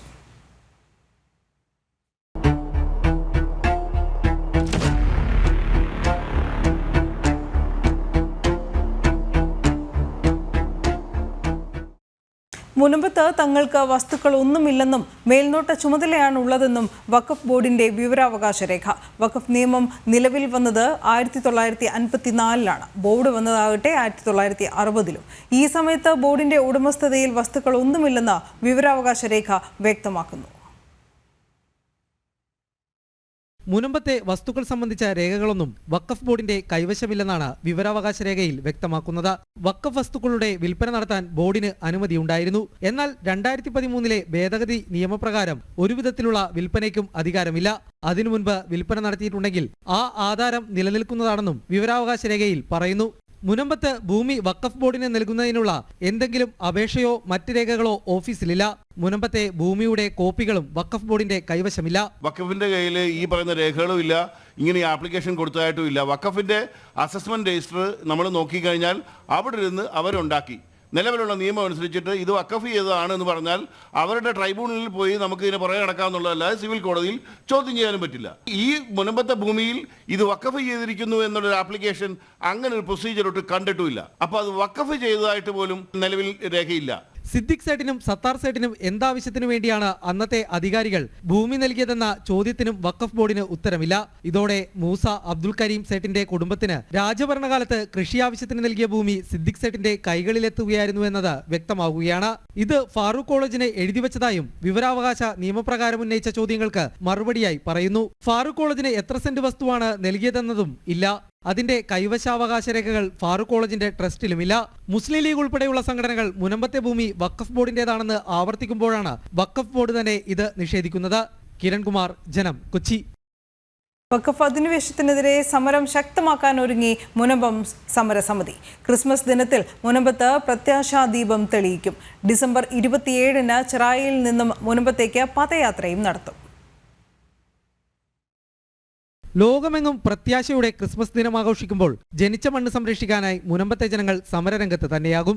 2 മാസത്തിലധികമായി നടന്നുവരുന്ന റിലേ നിരാഹാര സമരം ക്രിസ്മസ് ദിനത്തോടെ ശക്തമാക്കാനാണ് തീരുമാനം. 25-ന് രാവിലെ 10 മുതൽ 5 വരെ സമരപ്പന്തലിൽ നിരാഹാരം തുടരും. അതിനുശേഷം മുനമ്പം പുലിമുട്ടിന് സമീപം ജനങ്ങൾ ഒത്തുകൂടി പ്രത്യാശദീപം തെളിയിക്കും. ലോകം മുഴുവനും പ്രത്യാശ നൽകുന്നതാണ് ക്രിസ്തുമസ്. ആഘോഷങ്ങളും അതേപോലെ തന്നെ ഒരു ഉത്സവവും നടക്കുമ്പോൾ ഞങ്ങളിവിടെ എല്ലാവരും ഇതിൽ വിക്ടിംസ് ആയിട്ടുള്ളവരും സാമൂഹ്യ ബോധം ആഗ്രഹിക്കുന്നവരെല്ലാവരും ഇവിടെ ഞങ്ങൾ നിരാഹാരം ഇരിക്കുകയാണ്. അന്ന് 10 മണി മുതൽ 5 മണി വരെ നിരാഹാരം ഇരുന്നതിന് ശേഷം ഇവിടെ നിന്നും എല്ലാവരും വായ മൂടിക്കെട്ടി നൂറുകണക്കിന് ആളുകൾ ഇവിടെ നിന്നും 2 കിലോമീറ്റർ അപ്പുറമുള്ള പുലിമുട്ടിന്റെ അടുത്ത് പോയി പ്രത്യാശദീപം തെളിയിക്കുകയാണ്. ഡിസംബർ 27-ന് ചെറായിൽ നിന്നും മുനമ്പത്തേക്ക് പദയാത്ര നടത്തും. ജനുവരി 5-ന് കോട്ടപ്പുറം, വരാപ്പുഴ അതിരൂപതകളുടെ നേതൃത്വത്തിൽ മനുഷ്യച്ചങ്ങലയും സംഘടിപ്പിച്ചിട്ടുണ്ട്. മനുഷ്യച്ചങ്ങലയ്ക്ക് ശേഷം കോട്ടപ്പുറം അതിരൂപത മെത്രാൻ അംബ്രോസ് പുത്തൻ വീട്ടിൽ സമരഭടന്മാർക്ക് നാരങ്ങാനീർ നൽകും. മുനമ്പം വിഷയത്തിൽ പ്രശ്നപരിഹാരം നിർദ്ദേശിക്കാൻ നിയോഗിച്ച ജുഡീഷ്യൽ കമ്മീഷൻ നടപടികൾ വേഗത്തിലാക്കണമെന്നാണ് സമരസമിതി ആവശ്യപ്പെടുന്നത്. പ്രശ്നപരിഹാരം വൈകിയാൽ കേരളം മുഴുവൻ വ്യാപിക്കുന്ന തരത്തിൽ സമരപരിപാടികൾ സംഘടിപ്പിക്കുമെന്നും സമരസമിതി മുന്നറിയിപ്പ് നൽകുന്നു. ജനം, കൊച്ചി. മുനമ്പം വഖഫ് അധിനിവേശ നീക്കത്തിൽ CBI അന്വേഷണമെന്ന ആവശ്യവും ശക്തമാകുന്നു. പാട്ടഭൂമി പിന്തുടർച്ച അവകാശ ഭൂമിയാക്കി മാറ്റിയതിലടക്കം ക്രമക്കേടുകൾ നടന്നിട്ടുണ്ട്. ഭൂമി വഖഫാക്കി മാറ്റാനുള്ള നീക്കങ്ങളിലും അഴിമതി, സ്വജനപക്ഷപാതങ്ങൾക്ക് സാധ്യതയുണ്ടെന്നാണ് ചൂണ്ടിക്കാണിക്കപ്പെടുന്നത്. യുണൈറ്റഡ് ക്രിസ്ത്യൻ കൗൺസിൽ അടക്കമുള്ള ക്രൈസ്തവ വിശ്വാസി സംഘടനകളാണ് CBI അന്വേഷണം ആവശ്യപ്പെട്ട് രംഗത്തെത്തിയത്. മുനമ്പത്തെ ഭൂമിയിൽ വമ്പന്മാർ പലരും ലക്ഷ്യമിട്ടിട്ടുണ്ടെന്നും ഭൂമി അവകാശവാദം ഉന്നയിച്ച് കൈവശപ്പെടുത്താനുള്ള ശ്രമങ്ങളിൽ ആസൂത്രിത നീക്കങ്ങളുണ്ടെന്ന സംശയവും ബലപ്പെട്ടിരുന്നു. ഇത് കണ്ടെത്താനും വസ്തുതകൾ പുറത്തു കൊണ്ടുവരാനും CBI അന്വേഷണം അനിവാര്യമാണെന്നാണ് ചൂണ്ടിക്കാണിക്കപ്പെടുന്നത്. അബ്ദുൾ സത്തർ ഹാജി മൂസസേട്ടിനെ തിരുവിതാംകൂർ മഹാരാജാവ് പാട്ടത്തിന് നൽകിയ പാട്ടഭൂമി എങ്ങനെ പിന്തുടർച്ചാവകാശ ഭൂമിയാക്കി മാറ്റാൻ കഴിയുമെന്നത് അന്വേഷണ പരിധിയിൽ കൊണ്ടുവരണമെന്ന് മൂസസേട്ടിന്റെ കൊച്ചുമകൾ ഷംസാദ് ഹുസൈൻ സേട്ടും Christian council vice chairman Kennedy കൻമിൻകാലയും ആവശ്യപ്പെട്ടു. എന്നാൽ നമ്മുടെ അടക്കമുള്ള ആധാരത്തിൻ്റെ ചില സിദ്ദിഖ് സേട്ട് കൈമാറിയതിൻ്റെ ആ രേഖ വെച്ച് നോക്കിക്കഴിഞ്ഞാൽ ക്രയവിക്രയ അധികാരമില്ലാതെ ഫറൂഖ് കോളേജിന് കൈമാറിയിരിക്കുന്ന ഭൂമി എന്നാണ് അതിനകത്തെ വാചകം. പിന്നെ എങ്ങനെ ക്രയവിക്രയം നടന്നു? ഈ ഭൂമി വഖഫ് ചെയ്യാൻ സിദ്ദിഖ് സേട്ടിന് എന്ത് അവകാശം? Who is he? അങ്ങനെ മുനമ്പത്തെ ഭൂമിയുടെ കാര്യത്തിൽ അങ്ങനെ പറഞ്ഞിട്ടില്ല. അപ്പോൾ ഇക്കാര്യത്തിൽ CBI അന്വേഷണം കൊണ്ടേ അതിനകത്ത് എന്തെങ്കിലും പുറത്തേക്ക് വരൂ എന്ന് വേണം. കാരണം അത് അങ്ങനെ ആവശ്യപ്പെടാനുള്ള കാരണവും ഞാൻ വ്യക്തമായി പറഞ്ഞു കഴിഞ്ഞു. ഈ സമരപ്പന്തലിൽ പോയി മുനമ്പം നിവാസികൾക്ക് അനുകൂലമായി പ്രസംഗിച്ചവരൊക്കെ അവിടുന്ന് ഇറങ്ങിയ ശേഷം പിന്നെ പറയുന്ന സംസാരത്തിനകത്ത് വ്യക്തത കുറവുണ്ട്. ഇടതു വലതു മുന്നണികൾക്ക് മുനമ്പത്തെ ഭൂമി വിഷയത്തിൽ ഒന്നും ചെയ്യാൻ സാധിക്കില്ലെന്നാണ് ക്രൈസ്തവ സംഘടനകളുടെ വിലയിരുത്തൽ. ഇതേ ആവശ്യം മുന്നോട്ട് വയ്ക്കുന്ന മറ്റു നിരവധി ക്രൈസ്തവ വിശ്വാസ സംഘടനകളുമുണ്ട്. ശരീഅത്ത് നിയമം അനുസരിച്ച് അനന്തരാവകാശികൾ ഉണ്ടായിരിക്കെ ഒരാളുടെ സ്വത്തിന്റെ 1/3 മാത്രമേ വഖഫ് ചെയ്യാനാകുമെന്നിരിക്കെ മുനമ്പത്തെ മുഴുവൻ ഭൂമിയും എങ്ങനെ വഖഫ് ചെയ്യാനാകുമെന്ന് ഷംസാദ് ഹുസൈനും ചോദിച്ചു. ഇതിനിടെ ഭൂമി ഇടപാടുമായി ബന്ധപ്പെട്ട നിർണായക രേഖകൾ കൈവശമുള്ള ഷംസാദിനെ അപായപ്പെടുത്താനുള്ള ശ്രമങ്ങൾ നടക്കുന്നുണ്ടെന്നും ഷംസാദിന് സംരക്ഷണം നൽകണമെന്നും യുണൈറ്റഡ് ക്രിസ്ത്യൻ കൗൺസിൽ ആവശ്യപ്പെട്ടിട്ടുണ്ട്. വിഷയത്തിൽ ജുഡീഷ്യൽ അന്വേഷണം നടക്കുകയാണ്. ഇതിനൊപ്പമാണ് CBI അന്വേഷണം എന്ന ആവശ്യവും ഉയരുന്നത്. ജനം, കൊച്ചി. മുനമ്പം ഭൂമി വഖഫ് അധീനതയിൽ ഉള്ളതാണെന്ന് all India Muslim personal law board executive അംഗം പ്രൊഫസർ മുഹമ്മദ് സുലൈമാൻ സാഹിബ്. ഒരിക്കൽ വഖഫിൻ്റെ ഭൂമിയായി മാറിയാൽ കാലാകാലവും വഖഫിൻ്റെ സ്വന്തമായി തന്നെ അത് നിലനിൽക്കും. അത് വിൽക്കാനോ മറ്റ് നടപടികൾക്കോ സാധ്യമല്ല.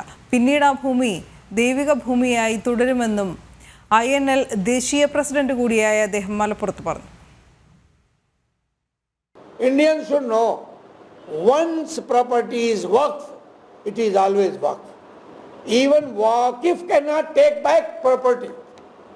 whether it is verbal or written. Once waqf is always waqf. And beneficiary can be as per will of the waqif. Waqif means when he donates the property for the waqf purpose. He is waqif. So as per the will of the waqif, that property, its income can be used. But they defied the will of the waqif, which was to benefit the Farooq College, its development, students, deserving students.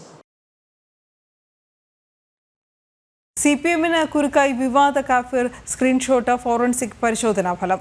Screenshot ആദ്യം share ചെയ്തത് DYFI Vadakara block president Ribesh രാമകൃഷ്ണന്റെ ഫോണിൽ നിന്നാണെന്ന പരിശോധനാ ഫലം. അധ്യാപകൻ കൂടിയായ റിബേഷിനെതിരെ വകുപ്പ് തല അന്വേഷണം പ്രഖ്യാപിച്ചിരുന്നുവെങ്കിലും നടപടിയുണ്ടായിട്ടില്ല. സ്ക്രീൻഷോട്ട് ആദ്യം ഫോർവേഡ് ചെയ്തതെന്ന് പോലീസ് കണ്ടെത്തിയ ഡിവൈഎഫ്ഐ നേതാവ് റിബേഷിന് എവിടെ നിന്നാണ് സ്ക്രീൻഷോട്ട് കിട്ടിയതെന്ന് വെളിപ്പെടുത്താതിരുന്നതോടെയാണ് ഫോൺ ഫോറൻസിക് പരിശോധനയ്ക്ക് അയച്ചത്. ഫോറൻസിക് പരിശോധനയിൽ പോലീസ് കണ്ടെത്തൽ ശരിയാണെന്ന് തെളിഞ്ഞു. എന്നാൽ സ്ക്രീൻഷോട്ട് ഇതേ ഫോണിൽ തന്നെയാണോ നിർമ്മിച്ചതെന്ന പരിശോധന പൂർത്തിയായിട്ടില്ല. സ്ക്രീൻഷോട്ട് ഷെയർ ചെയ്തതുമായി ബന്ധപ്പെട്ട പരിശോധനാ ഫലം പോലീസിന് കൈമാറിയിട്ടുണ്ട്. അധ്യാപകനായ റിബേഷ് രാമകൃഷ്ണനെതിരെ വകുപ്പുതല അന്വേഷണത്തിനും തീരുമാനമുണ്ടായിരുന്നു. തോടന്നൂർ AEO-യാണ് പൊതുവിദ്യാഭ്യാസ ഡയറക്ടർ ചുമതലപ്പെടുത്തിയത്. എന്നാൽ ഇടത് അധ്യാപക സംഘടനാ നേതാവായ റിബേഷിനെതിരെ നടപടിയൊന്നും ഉണ്ടായിട്ടില്ല. ലോക്സഭാ തെരഞ്ഞെടുപ്പിന്റെ തലേ ദിവസമാണ് KK ശൈലജയെ കാഫിർ എന്ന് അധിക്ഷേപിച്ചുള്ള സ്ക്രീൻഷോട്ട് CPM അനുകൂല ഫേസ്ബുക്ക് വാട്സ്ആപ്പ് ഗ്രൂപ്പുകളിൽ പ്രചരിക്കപ്പെട്ടത്. റെഡ് എൻകൗണ്ടേഴ്സ് ഗ്രൂപ്പിൽ നിന്ന് റെഡ് ബറ്റാലിയൻ എന്ന ഗ്രൂപ്പിലേക്കും അവിടെ നിന്ന് പോരാളി ഷാജി, അമ്പലമുക്ക് സഖാക്കൾ എന്നീ ഫേസ്ബുക്ക് പേജിലേക്കും സ്ക്രീൻഷോട്ട് ഷെയർ ചെയ്യപ്പെട്ടു. ഇവിടെ നിന്നാണ് വ്യാപകമായി പ്രചരിക്കപ്പെട്ടതെന്നാണ് പോലീസ് കണ്ടെത്തൽ. ജനങ്ങളെ വിഭജിച്ച് വോട്ട് തട്ടുകയെന്ന കുതന്ത്രമാണ് CPM നടപ്പിലാക്കാൻ ശ്രമിച്ചതെന്ന ആക്ഷേപമുണ്ടായിരുന്നു. സ്ക്രീൻഷോട്ട് നിർമ്മിച്ചതിനും പ്രചരിപ്പിച്ചതിനും പങ്കില്ലെന്നായിരുന്നു CPM-ഉം DYFI-യും ആവർത്തിച്ചു പറഞ്ഞിരുന്നത്. എന്നാൽ അവർക്ക് തിരിച്ചടിയാണ് ഫോറൻസിക് ഫലം. ജനം, കോഴിക്കോട്. അഭിപ്രായം പറയുന്നവരെ ഭയപ്പെടുത്തുന്ന ഒരു സമൂഹം വളർന്നു വരികയാണെന്ന് മുൻമന്ത്രി G. സുധാകരൻ. അഭിപ്രായം പറയാൻ പാടില്ല. കൂട്ടായി ഒരു തെറ്റ് പറഞ്ഞാലും തെറ്റാണെന്ന് പറയാനും പാടില്ല. ആ തെറ്റ് തന്നെ ശരിയായി പോയിക്കൊണ്ടേയിരിക്കും. നിശിതമായ സാമൂഹ്യ വിമർശനത്തിലൂടെ അല്ലാതെ ഈ കേരളം നന്നാകാൻ പോകുന്നില്ലെന്നും സുധാകരൻ പറഞ്ഞു. അഭിപ്രായം പറയുന്നവരെ ഭയപ്പെടുന്ന ഒരു സമൂഹം വളർന്നു പോകും.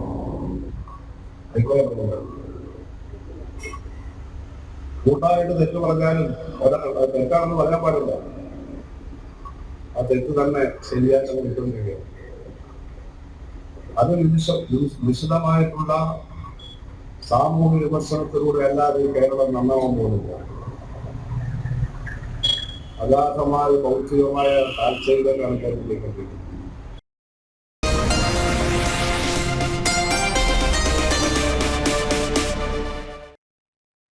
EP ജയരാജനെതിരെ CPM സംസ്ഥാന secretary MV Govindan. EP ജയരാജനെ LDF convener സ്ഥാനത്ത് നിന്ന് മാറ്റിയത് പ്രവർത്തന പോരായ്മ കൊണ്ടെന്ന് MV ഗോവിന്ദൻ. പോരായ്മ പരിഹരിച്ച് മുന്നോട്ട് പോകാൻ ശ്രമിച്ചുവെന്നും ഗോവിന്ദൻ. അതേസമയം V. ജോയി തിരുവനന്തപുരം ജില്ലാ സെക്രട്ടറിയായി തന്നെ തുടരുമെന്നും പാർട്ടി സെക്രട്ടറി അറിയിച്ചു. 46 പേരുള്ള ജില്ലാ കമ്മിറ്റിയിൽ 8 പേർ പുതുമുഖങ്ങളാണ്. ടിൻഡു ദാസ് വിവരങ്ങളുമായി ചേരുന്നു. ടിൻഡു, ഏത് സാഹചര്യത്തിലാണ് EP-യെ വിമർശിച്ച് ഗോവിന്ദന്റെ പ്രതികരണം?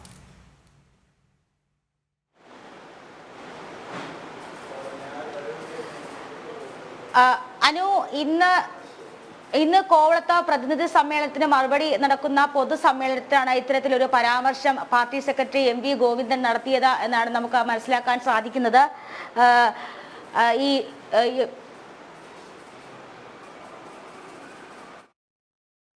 തുടരാം. മനസ്സിലാക്കാൻ സാധിക്കുന്നത് ഇതിൽ ഏറ്റവും പ്രധാനപ്പെട്ട കാര്യം മുൻ LDF കൺവീനർ ആയിട്ടുള്ള EP ജയരാജൻ EP ജയരാജന്റെ ഭാഗത്തു നിന്നും പോരായ്മ സംഭവിച്ചിട്ടുണ്ട്. പല ഘട്ടത്തിലും ഇത് തിരുത്താൻ ശ്രമിച്ചെങ്കിലും അത് നടന്നില്ല. ഒത്തുകൊണ്ടുപോകാൻ ശ്രമിച്ചു. പക്ഷേ EP കൂടെ ഉണ്ടായിരുന്ന ആ ഒരു സാഹചര്യത്തിലാണ് EP-യെ തഴയാനും അല്ലെങ്കിൽ EP-യെ മാറ്റി നിർത്താനും നിർബന്ധിതനായെന്നാണ് MV ഗോവിന്ദൻ പൊതുസമ്മേളനത്തിൽ പറഞ്ഞത്. നമുക്കറിയാം, വലിയ രീതിയിലുള്ള വിഭാഗീയതയും വിമർശനങ്ങളും ഒക്കെ തിരുവനന്തപുരം ജില്ലാ സമ്മേളനത്തിൽ നടക്കുന്നുണ്ട്. സർക്കാരിനെതിരെ അതോടൊപ്പം തന്നെ പാർട്ടി നേതൃത്വത്തിനെതിരെ ശക്തമായിട്ടുള്ള വിമർശനങ്ങളാണ് പ്രതിനിധികളുടെ ഭാഗത്തു നിന്നും ഉണ്ടായിട്ടുള്ളത്. അതിന്റെ മറുപടിയായിട്ട് ജില്ലാ സെക്രട്ടറിയും അതോടൊപ്പം തന്നെ ഇപ്പോൾ സംസ്ഥാന സെക്രട്ടറിയും മറുപടിയായിട്ട് പരസ്പരം പഴിചാരുന്ന രീതിയിലുള്ള പ്രതികരണങ്ങളാണ് നടത്തിക്കൊണ്ടിരിക്കുന്നത്. കഴിഞ്ഞ ദിവസം ജില്ലാ സെക്രട്ടറി കൂടിയായിട്ടുള്ള വി ജോയിയുടെ ഭാഗത്തു നിന്ന് വന്ന പ്രതികരണം പാളയം ഏരിയ സമ്മേളനത്തിൽ റോഡിൽ സ്റ്റേജ് കെട്ടിക്കൊണ്ട് നടത്തിയ സമ്മേളനം അത് തെറ്റായ രീതിയായിരുന്നു എന്ന വിമർശനം വരുമ്പോൾ ഇന്ന് എം വി ഗോവിന്ദന്റെ ഭാഗത്തു നിന്ന് വരുന്ന പ്രതികരണം എന്ന് പറയുന്നത് ഇ.പി. ജയരാജനുമായിട്ട് മുന്നോട്ട് പോകാൻ ഒരു ഘട്ടത്തിലും സാധിച്ചിരുന്നില്ല എന്ന കാര്യം, ആ ഒരു കാര്യമാണ് പുറത്തു വരുന്നത്. പല ഘട്ടത്തിലും മാധ്യമങ്ങൾ ഇതേ കാര്യം ആവർത്തിച്ച് വാർത്ത കൊടുത്തത് ഇ.പിയും എം വി ഗോവിന്ദനുമായിട്ട് ഒന്നിച്ചു പോകുന്ന ഒരു സാഹചര്യം ഉണ്ടാകുന്നത്, രണ്ടുപേരും തമ്മിൽ സ്വരച്ചേർച്ചയില്ലായ്മയുണ്ട് എന്ന് പല ഘട്ടങ്ങളിലും അറിയിച്ചിട്ടുള്ളത്. അതിപ്പോൾ സത്യമാകുന്ന രീതിയിലേക്കാണ് കാര്യങ്ങൾ പോകുന്നത്. ഇന്ന് കോവളത്ത് നടക്കുന്ന പ്രതിനിധി സമ്മേളനത്തിലെ പൊതു സമ്മേളനത്തിലാണ് ഇത്തരത്തിലൊരു പരാമർശം നടന്നിട്ടുള്ളത്. അതിൽ ഇ.പിയുമായിട്ട് മുന്നോട്ട് പോകാൻ കഴിഞ്ഞിരുന്നില്ല എന്ന് തന്നെയാണ് പറയുന്നത്. ഇ.പിയുടെ പല ഘട്ടങ്ങളിലും ഇ.പി മുന്നണിക്കകത്ത് എതിർപ്പുകൾ അറിയിച്ചിട്ടുണ്ടായിരുന്നു. ആ എതിർപ്പുകൾ പിന്നീട് BJPയിലേക്കുള്ള ഒരു ചായ്വായിട്ട് മാറി. പ്രകാശ് ജാവദേക്കറുമായിട്ട് കൂടിക്കാഴ്ച നടത്തുന്ന ഒരു ഘട്ടം വരെ എത്തി. അതൊക്കെ ഇ.പി പല ഘട്ടങ്ങളിലും തുറന്നു സമ്മതിച്ചിരുന്നു. അപ്പോൾ പല ഘട്ടങ്ങളിലും ഇ.പി മുന്നോട്ട് വെച്ച പല കാര്യങ്ങളും അല്ലെങ്കിൽ ഇ.പിയുമായിട്ടുള്ള തർക്കങ്ങളും ഇ.പിയുമായിട്ട് തർക്ക പരിഹാരം ഉണ്ടാക്കാൻ സാധിക്കാത്തതൊക്കെ ഇന്നത്തെ പൊതുസമ്മേളനത്തിൽ എം വി ഗോവിന്ദൻ പറഞ്ഞതായിട്ടാണ് നമുക്ക് മനസ്സിലാക്കാൻ സാധിക്കുന്നത്. മറ്റൊരു പ്രധാനപ്പെട്ട കാര്യം എന്ന് പറയുന്നത് ഈ വിഭാഗീയതയ്ക്കൊടുവിലും വി ജോയി തന്നെ തിരുവനന്തപുരം ജില്ലാ സെക്രട്ടറി ആയിട്ട് തുടരുമെന്നതാണ്. വി ജോയിക്കെതിരെ ശക്തമായിട്ടൊരു പാളയത്തിൽ പട ഒരുങ്ങിയിരുന്നു. ഈ മധു മുല്ലശ്ശേരിയുടെ ബി.ജെ.പി പ്രവേശനം ഉൾപ്പെടെ ഈ വി ജോയിയുമായിട്ടുള്ള പ്രശ്നങ്ങളിലാണ് നടന്നത്. അതോടൊപ്പം തന്നെ വി ജോയിയെ സംരക്ഷിച്ചു പോകാനാണ് പാർട്ടി തീരുമാനം. ക്രിസ്മസിനൊരുങ്ങി.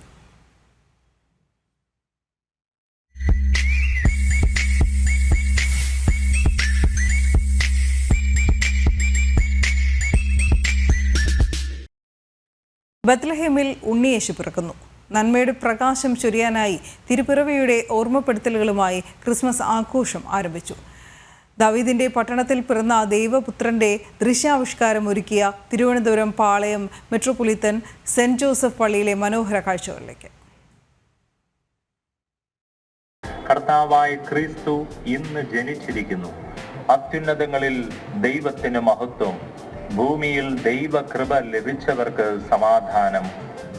ഇന്നത്തെ പ്രോഗ്രാം ബത്ലഹേമിലെ ദൃശ്യാവിഷ്കരണം നമ്മൾ തത്സമയമായിട്ട് ലൈവായിട്ട് ഈ ദേവാലയത്തിൻ്റെ പരിസരത്ത് ഒരുക്കുകയാണ്. ബത്ലഹേമിലെ ആ ഒരു സന്തോഷം ഈ ഇടവക സമൂഹത്തിനും ഈ ദേവാലയത്തിലേക്ക് വരുന്ന തീർത്ഥാടകർക്കും ഈ നഗരത്തിന് നൽകാനുള്ള ഒരു എളിയ പരിശ്രമമാണ്. ദിവ്യബലി കഴിഞ്ഞ മറിയവും ഓസേപ്പും മാലാഖമാരും പുണ്യാളന്മാരും ക്രിസ്തുവിനകമ്പടിയായി പുറത്തേക്ക്. കാലിത്തൊഴുത്തിൽ ഓരോ ഇടങ്ങളിലായി ദൈവപുത്രന്റെ ജനനം ഓർമ്മപ്പെടുത്തുന്ന രംഗങ്ങളും ചിട്ടപ്പെടുത്തി. ദൈവപുത്രന് പിറവി കൊടുക്കാനായി പ്രസവവേദന കൊണ്ട് ഒരടി മുന്നോട്ട് നടക്കാൻ കഴിയാത്ത മറിയത്തിന് സത്രം നിഷേധിച്ച രംഗം. ദേവദൂതന്മാർ ഉണ്ണിയേശുവിന്റെ ജനനമറിഞ്ഞ് കിഴക്കുള്ള നക്ഷത്രത്തെ നോക്കി യാത്ര ചെയ്യുന്ന രംഗം. മാലാഖമാർ സമ്മാനപ്പൊതിയുമായി ഉണ്ണിയേശുവിനെ കാണാനായി എത്തിയവർ, അങ്ങനെ തിരുപ്പിറവി ഓർക്കുന്ന എല്ലാ രംഗങ്ങളും വളരെ മനോഹരമായിട്ടാണ് പാളയം സെന്റ് ജോസഫ് പള്ളിയിൽ ഒരുക്കിയിരിക്കുന്നത്. എല്ലാ അകമ്പടിയോടും കൂടി വെള്ളക്കച്ച കൊണ്ട് പൊതിഞ്ഞ് പുൽത്തട്ടിയിൽ കിടത്തിയിരിക്കുന്ന ഉണ്ണിയേശുവിനെയും കാണാം. ആ തിരുപ്പിറവിയിൽ പെട്ടെന്ന് സ്വർഗീയ സൈന്യത്തിന്റെ ഒരു വ്യൂഹമെത്തി. അത്യുന്നതങ്ങളിൽ ദൈവത്തിന് മഹത്വം, ഭൂമിയിൽ ദൈവകൃപ ലഭിച്ചവർക്ക് സമാധാനം. ജനം, തിരുവനന്തപുരം. ഉച്ചവാർത്തയുടെ അവസാനിക്കുന്നു. ഇടവേളയ്ക്ക് ശേഷം ജനം വാർത്തകൾ തുടരും. നമസ്തേ.